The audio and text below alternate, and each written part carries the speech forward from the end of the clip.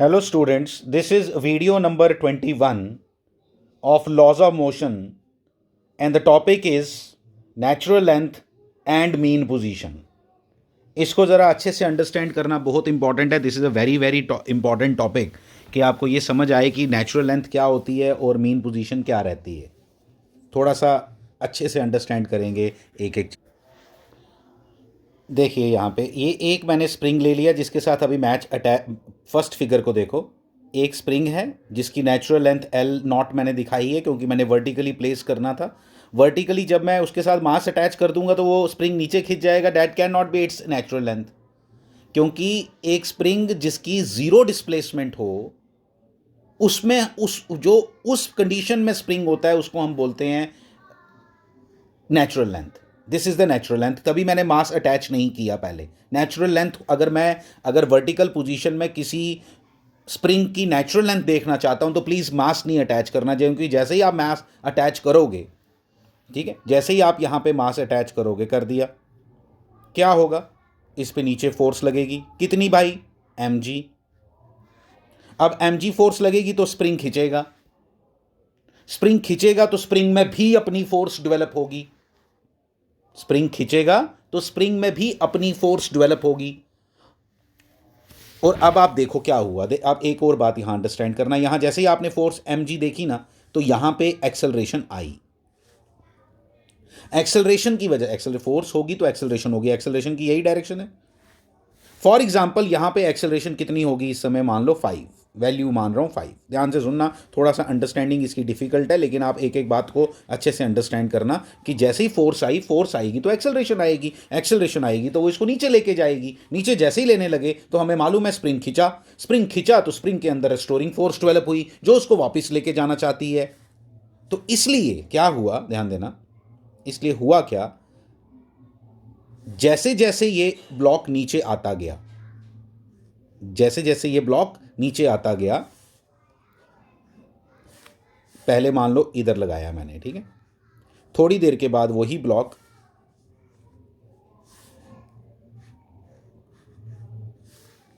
वो ब्लॉक यहां पहुंच गया.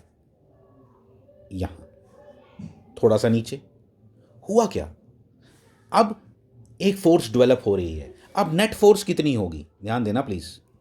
पहले फोर्स कितनी थी, जैसे ही लगाया आपने तब कितनी फोर्स थी? देखो मैं लिखता हूं, तब फोर्स थी, तब नेट फोर्स थी mg, क्योंकि ऊपर से कोई फोर्स उसको खींच नहीं रही थी. जैसे ही आपने लगाया तब कितनी फोर्स थी? Net force mg. Net force mg थी तो एक्सेलरेशन कितनी थी भाई? 10g. जी मेरे कहने का मतलब है ये जी है, मीटर पर सेकंड स्क्वायर नहीं लिख रहा हूँ टाइम बचाने के लिए, ठीक है, लिखना चाहिए. लेकिन उसके बाद आ गया, फिर क्या हुआ, ये ब्लॉक इस कंडीशन में पहुंचा. रेड वाली फर्स्ट कंडीशन थी जो मैंने लिख दी. अब वो ग्रीन वाली पोजीशन में पहुंचा. जब ग्रीन वाली पोजीशन में पहुंचा तो अब एफ नेट कितना है? कम हो गया. क्यों कम हो गया भाई? क्योंकि ऊपर से एक फोर्स स्प्रिंग ने लगाई. कितनी लगाई? mg माइनस के एक्स, इतनी फोर्स लगाई. mg माइनस के एक्स, क्योंकि अब ऊपर की तरफ फोर्स लगा रहा है वो, तो इसलिए हमने क्या लगा दिया, mg माइनस के एक्स आपकी नेट फोर्स होगी. एक्सेलरेशन कितनी होगी भाई साहब? mg माइनस के एक्स अपॉन m. फिर और नीचे आया, और एक टाइम ऐसा आया, देखो पहले एक्सेलरेशन कितनी थी? 10. मान लो सेकंड कंडीशन में होगी 8, फिर कितनी होगी? 6, फिर कितनी होगी? 4, फिर कितनी होगी? एक स्टेज आएगी जब फोर्स बिल्कुल बैलेंस कर देगी. वो कंडीशन मैंने बनाई है ये वाली, देखना ध्यान से. इसको मैं मिटा रहा हूं. अब देखो, इसको अंडरस्टैंड करते हैं सेकंड वाले पार्ट को. क्या कि अब जो स्टेज आई ना, जब अब आपका ये वाला मास यहां एक्सेलरेशन 0 है, यहां एक्सेलरेशन 0 थी, यहां एक्सेलरेशन मैक्सिमम थी जब आपने यहां ब्लॉक पहली बार अटैच किया, जस्ट अटैच किया, उस समय मैक्सिमम फोर्स बनी. मैंने अभी दिखाई भी आपको, वहां पे एक्सेलरेशन 10 थी. 10 के बाद वो कम होती जा रही है. एक्सेलरेशन पहले 10 थी, फिर मान लो 8, 6, 4, 2, 0, ठीक है. जीरो की पोजीशन कब आएगी? जीरो वाली पोजीशन तब आएगी जब mg इक्वल टू के एक्स होगा. तो अभी मैंने लिख के दिया आपको mg माइनस के एक्स अपॉन m, तो तब एक्सेलरेशन कितनी हो जाएगी? 0. तो ये बात समझने वाली है. एक्सेलरेशन 0 हो गई. क्या एक्सेलरेशन 0 होने का मतलब होता है वेलोसिटी 0 होगी? वेलोसिटी की तो बात ही नहीं की हमने. यहां वेलोसिटी कितनी थी जब आपने यहां पे पहली बार मास अटैच किया था? 0। यहां पे वेलोसिटी 0 थी। नेचुरल लेंथ के साथ जैसे ही आपने मास अटैच किया, क्या उस समय वेलोसिटी क्या थी? 0, रेस्ट पे था वो पहले। वैसे वैसे अब एक्सेलरेशन, एक्सेलरेशन चाहे डिक्रीज हो रही है, मैंने आपसे पहले भी ये बात की थी, एक्सेलरेशन चाहे डिक्रीज हो रही है लेकिन वेलोसिटी अभी भी बढ़ रही है। वेलोसिटी अभी भी बढ़ रही है, वेलोसिटी बढ़ती गई क्योंकि एक्सेलरेट हो रहा है ये। This is acceleration, this is acceleration. आपकी वेलोसिटी बढ़ रही है, आपकी वेलोसिटी हो गई 10 मान लो, फिर कितनी हो गई? फिर हो जाएगी 18, फिर हो जाएगी 16, फिर हो जाएगी 20। वेलोसिटी बढ़ रही है। हाँ, बढ़ने का रेट कम हो गया, बढ़ने का रेट कम हो गया। इसलिए जो ये वाली पोजीशन आई ना, वहां पे वेलोसिटी मान लो हो गई 22, यहां पे वेलोसिटी कितनी हो गई? 22। अब इस 22 वेलोसिटी है, जीरो थोड़ा है, 22 वेलोसिटी है। वेलोसिटी जीरो का मतलब होता है रेस्ट, वेलोसिटी 22 है, तो क्या यहां पे रेस्ट पे है ये? नहीं, ये नीचे और जाएगा, इसीलिए ये नीचे और जा रहा है, ये और नीचे जाएगा। ये वो पोजीशन मैंने बनाई थी, आप ध्यान देना जरा। ये और जो नीचे जाएगा, इसमें ये जो और नीचे जाएगा, ये क्यों जाएगा? क्योंकि वेलोसिटी रुकेगा तो तब, या वापस तब आएगा जब वेलोसिटी जीरो होगी। तो वेलोसिटी जीरो होने में अब टाइम लगेगा, क्यों? वेलोसिटी अब जीरो होने वाली है। क्यों होने वाली है मैं अभी बताता हूं। अब एक्सेलरेशन अपनी डायरेक्शन चेंज करने वाली है। क्यों डायरेक्शन चेंज करने वाली है? जैसे ही ये और खींचेगा, देखते हैं हम अभी, जैसे ही ये और खींचेगा, मान लो यहां पहुंचा, अब क्या होगा? mg तो उतना ही है बेचारा। इस पोजीशन में, ब्लू वाली पोजीशन में mg और kx बराबर थे, लेकिन अब तो x और बढ़ गया, x बढ़ गया तो यहां पे ये वाली फोर्स जो इसको पीछे की तरफ खींचने वाली फोर्स है, वो mg से बढ़ गई। mg से बढ़ गई तो वेलोसिटी डिक्रीज होना शुरू हुई, और एक स्टेज आई जब वेलोसिटी क्या हो गई? 0। ये 3 कंडीशंस हैं, natural length, mean position, this one second position जो है, इसको हम बोलते हैं मीन पोजीशन। प्लीज अंडरस्टैंड करना प्लीज। मीन पोजीशन वो होती है जहां पे एक्सेलरेशन जीरो होती है। एक्सेलरेशन जीरो क्यों होती है? एक्सेलरेशन जीरो होने का मतलब वेलोसिटी यहां जीरो नहीं है, यहां तो वेलोसिटी मैक्सिमम है, क्योंकि एक्सेलरेशन बढ़ती, कम होती होती होती होती जीरो हुई है। वेलोसिटी यहां जीरो थी। वेलोसिटी और एक्सेलरेशन को जरा अच्छे से समझने की कोशिश करना, ये बहुत इंटरेस्टिंग पार्ट है। एक्सेलरेशन यहां पे जीरो मैक्सिमम थी, लेकिन वेलोसिटी जीरो थी।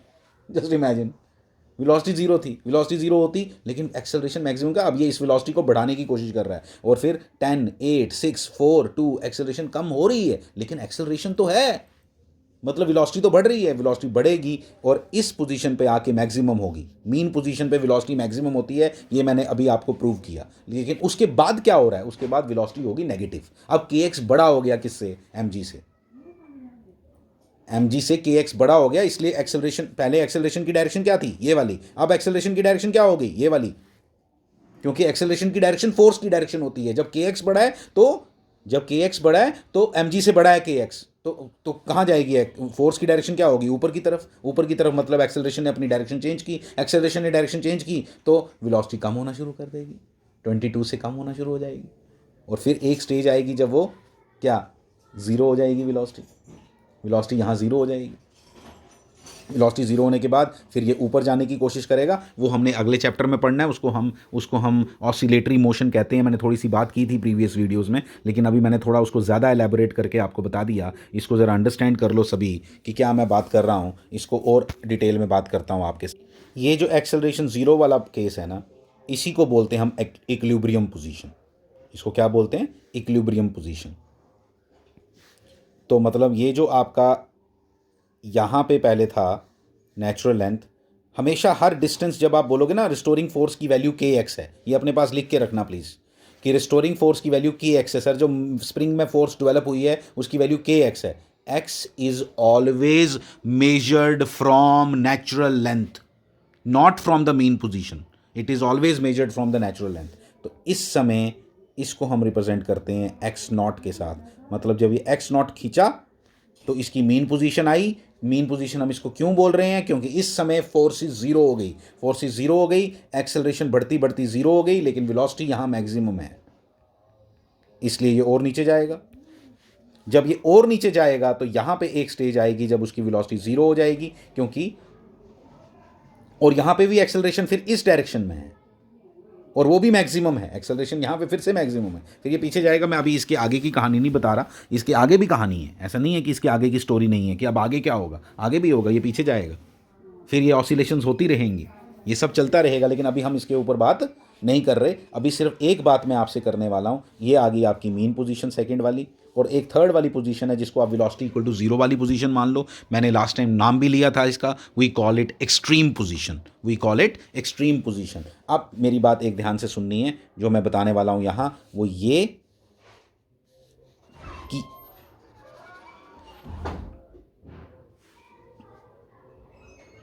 ये जो एक्स नॉट की वैल्यू है ये कितनी होगी, कितनी देर के बाद आके ये मीन पोजीशन आएगी, उसको मैं बताता हूँ आपको। के एक्स इक्वल टू जब एम जी होगा, यानी ये एक्स नॉट हो गया ना, मतलब इस समय एक्स नॉट का मतलब इतना डिस्टेंस, एक्स नॉट डिस्टेंस चलने पे ये दोनों बराबर हो जाते हैं। इसका मतलब एक्स नॉट किसके बराबर होगा, एम जी अपॉन के। वेरी गुड, ठीक है। एक बात ये याद रख लेना, दिस इज़ इम्पॉर्टेंट, कि मीन पोजीशन से, नेचुरल लेंथ से मीन पोजीशन कितनी दूर होती है, एम जी अपॉन के। और ये जो तीसरी पोजीशन है जिसका कोई नाम नहीं है, या एक्सट्रीम पोजीशन है, ये नेचुरल लेंथ से कितनी दूर होती है। प्लीज़ ये याद रखोगे आप, ये याद रखोगे, ये हम अगले चैप्टर वर्क पावर एनर्जी आएगा वहाँ पे ये प्रूव करेंगे। ये होती है 2 mg अपॉन के, 2 mg अपॉन के। प्लीज़ ये याद रखना है आपने, 2 mg अपॉन के, क्योंकि ये एक कैलकुलेशन में हम यूज़ भी करने वाले हैं कि वेलोसिटी ज़ीरो कब होगी, वेलोसिटी ज़ीरो कब होगी, या स्प्रिंग सबसे ज़्यादा कितना खींचेगा। जब उसके साथ हम मास अटैच करेंगे तो वो खींचता है 2 mg अपॉन के, लेकिन बीच में उसकी एक मीन पोजीशन आई होती है जहाँ पे उसकी एक्सेलरेशन ज़ीरो होती है। These things are very very crucial, अच्छे से इसको अपने दिमाग में बिठा के रखना है। ये आपकी प्रॉब्लम है, क्या है, एक सिंपल सी प्रॉब्लम है। यहाँ एक स्प्रिंग लगाया है जिसका स्प्रिंग कांस्टेंट मैंने आपको दिया हुआ है, ये 2 kg का ब्लॉक लगाया, पूछा है कि भाई मेन पोजीशन कहाँ होगी। ठीक है, मतलब क्या है, आप पहले पे एक बात समझना, अभी ये जस्ट अटैच किया गया है, ये भी याद रखना, ये जस्ट अभी अटैच किया गया है, ये नेचुरल लेंथ है इसकी, this is the natural length, ये नेचुरल लेंथ के साथ अभी अटैच्ड है। और अब ये नीचे जाने वाला है, मीन पोजीशन इसकी नीचे आएगी ना इससे, ये जस्ट अभी अटैच किया है, लिखा होगा क्वेश्चन के अंदर, डोंट वरी कि आपको ये गैस करना है। ठीक है, ये सब कुछ लिखा होगा, नेचुरल लेंथ पे अभी हमने ये अटैच किया। मान लो इसके नीचे मैंने हाथ रखा हुआ है, ठीक है, इस 2 kg ब्लॉक के नीचे मैंने अपना हाथ रखा हुआ है, मैं इसको नीचे नहीं जाने दे रहा, ठीक है। लेकिन जैसे ही हाथ हटाऊंगा तो ये ब्लॉक नीचे की तरफ चल पड़ेगा, स्प्रिंग को खींचेगा। ठीक है, अभी मैंने सारा समझाया आपको कहानी, ठीक है। तो ये आ गया, अब मुझे बतानी है इसकी मीन पोजीशन कहाँ होगी, और एक और बताना है कि मीन पोजीशन, मुझे मालूम है मीन पोजीशन पे ये रुकता नहीं है, ये तो रुकता है वेलोसिटी इक्वल टू जीरो पे, वो भी मोमेंटरीली, वो भी थोड़ी देर के लिए, उसके बाद फिर उसने ऊपर जाना है, जिसके बारे में अभी हम बात नहीं कर रहे हैं। ठीक है, आपको ना, आप कन्फ्यूज़ ना हो इसलिए बात ना कर रहे हैं कि अभी तुम इतनी बात, इतनी जर्नी तो इसकी समझो। ठीक है, find the mean position and also find A acceleration when the spring is further stretch, मतलब मीन पोजीशन से भी आगे चला गया 10 सेंटीमीटर। पहले देखो मीन पोजीशन कितनी दूर आएगी, बड़ी ईजी है। मीन पोजीशन निकालने के लिए मैंने आपको भी बताया था, के x naught is equal to M G, so x naught is equal to M G upon K, x naught equal to 20, M G 20 है ना, जी 10 ले रहे हैं हम, तो एम जी 20 हो गया, 20 अपॉन के 50 equal to 40 centimetre, equal to 40 centimetre. आपकी जो इक्विलिब्रियम मीन पोजीशन आएगी, या इक्विलिब्रियम पोजीशन भी बोलते हैं मीन पोजीशन को, हाँ, जो इक्विलिब्रियम पोजीशन आएगी वो 40 सेंटीमीटर इससे नीचे आएगी, 40 सेंटीमीटर नीचे इसको और खींच के ले जाएगा ये। ठीक है, अगर मान लो पहले से आपका स्प्रिंग 2 मीटर का है, तो 240 सेंटीमीटर, 2 मीटर हो गया 200 सेंटीमीटर, तो 240 सेंटीमीटर इसको 40 सेंटीमीटर और नीचे खींच के लेके जाएगा। अब आपका स्प्रिंग 240 सेंटीमीटर का हो जाएगा। लेकिन अगर आपने 10 सेंटीमीटर ये और नीचे जा रहा है उससे भी आगे, तो उधर इसकी एक्सेलरेशन क्या होगी, मुझे इसके ऊपर बात करनी है। जब ये मीन पोजीशन से भी नीचे गया तो तब इसकी एक्सेलरेशन क्या होगी। ठीक है, तो मीन पोजीशन से भी नीचे गया, मीन पोजीशन से नीचे गया कितना, 10 सेंटीमीटर, यानी 50 सेंटीमीटर टोटल हो गया। क्योंकि जब भी आपने एक्स की वैल्यू, आपने फोर्स निकालनी है एफ एस पी, तो जो एफ एस पी निकालना है आपको बड़े अच्छे से पता है कि एफ एस पी निकालने के लिए आपको फार्मूला यूज़ करना होता है के एक्स। ठीक है, डायरेक्शंस के ऊपर माइनस नहीं डालना, डायरेक्शन हमें मालूम है कहाँ है उस समय। ठीक है, एफ के एक्स, तो एक्स कहाँ से लेना है, नेचुरल लेंथ से। नेचुरल लेंथ से मीन पोजीशन कितनी दूर है, 40 सेंटीमीटर, वो कहता है और 10 सेंटीमीटर खींचा, तो 50 इंटू 50 सेंटीमीटर, 50 इंटू 50 नहीं करो, 50 इंटू 0.5 करो। ठीक है, तो एफ एस पी कितना हो गया, 25 न्यूटन। कितना हो गया 25 न्यूटन। तो एक्सेलरेशन कितनी हो गई 25 माइनस 20, क्यों mg भी आएगा ना, ठीक है। ये आपने FSP निकाला, ठीक है। इसको समझो प्लीज़, जब जब आपका ये वाला ब्लॉक मैं आपको अच्छे से समझाता हूँ। यहाँ देखो, ये वाली मेन पोजीशन है आपकी स्प्रिंग की, ये आपकी स्प्रिंग की मेन पोजीशन है और 10 सेंटीमीटर इसको मैं और खींच के ले गया हूँ। इस पोजीशन को मेन पोजीशन क्यों बोलते हैं हम, क्योंकि इधर दोनों फोर्सेस एक दूसरे को बराबर कर देती हैं, ठीक है। लेकिन बराबर करने के बाद एक्सेलरेशन जीरो हुई, इसलिए ये और नीचे गया। जब ये और नीचे गया 10 सेंटीमीटर और नीचे गया, तो अब मेरे को एक्सेलरेशन पूछ रहा है, तो मैं बोलूँगा इस समय आपका mg कितना है। mg तो बेचारा सेम रहता है हमेशा 20 न्यूटन, वो तो पहले भी 20 था, अभी 20 है। kx लेकिन चेंज हो गया, कितना आया, kx को मैं क्या बोलूँगा FSP। FSP कितना हो गया kx, k कितना है 50 into 50 centimetre equal to 25 centimetre, 25 Newton.